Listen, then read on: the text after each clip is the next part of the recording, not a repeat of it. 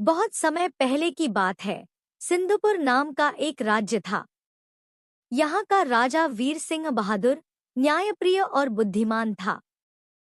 परंतु उसकी सबसे खास बात थी उसका शौक। उसे अनोखे और बोलने वाले पक्षियों का बहुत शौक था। महल में तरह तरह के पक्षी पाले गए थे, परंतु एक दिन एक व्यापारी एक विशेष तोता लेकर आया।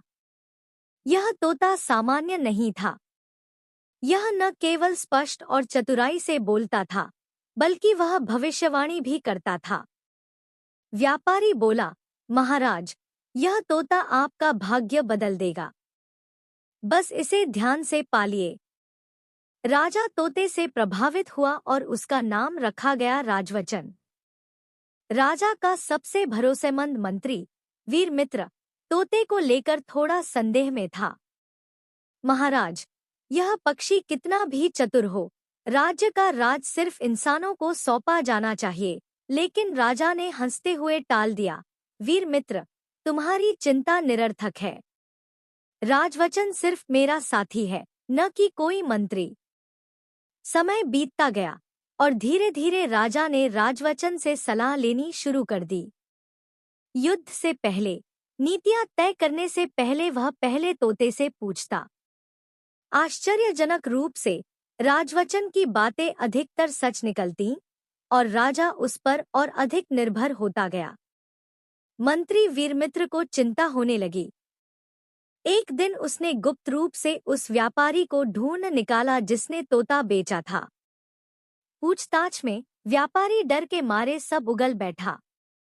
मालिक, वह तोता सच में बोलता है, परंतु उसे एक विशेष मंत्र सिखाया गया है जिससे वह दूर से सुनी बातों को दोहरा सकता है। मैं इसे मंत्री महल के पास रखा करता था, इसलिए वह आपके और राजा के संवाद सुन लेता था और उसी के अनुसार भविष्यवाणी करता था। वीरमित्र स्तब्ध रह गया। यह तो धोखा था। वापस आकर उसने राजा को सारी सच्चाई बताई। लेकिन राजा हंसते हुए बोला, वीरमित्र, क्या तुम ईर्ष्या कर रहे हो? तोता तो सिर्फ एक पक्षी है। वीरमित्र ने चुपचाप एक योजना बनाई। अगली सुबह वीरमित्र ने एक नकली युद्ध की योजना की बात जोर जोर से अपनी कक्ष में कहनी शुरू कर दी, जानबूझकर दरवाजे खुले छोड़कर। जैसा सोचा गया था, तोते ने यह सुन लिया। अगले दिन दरबार में राजा ने तोते से सलाह ली और उसने वही नकली योजना दोहरा दी। अब राजा को संदेह हुआ।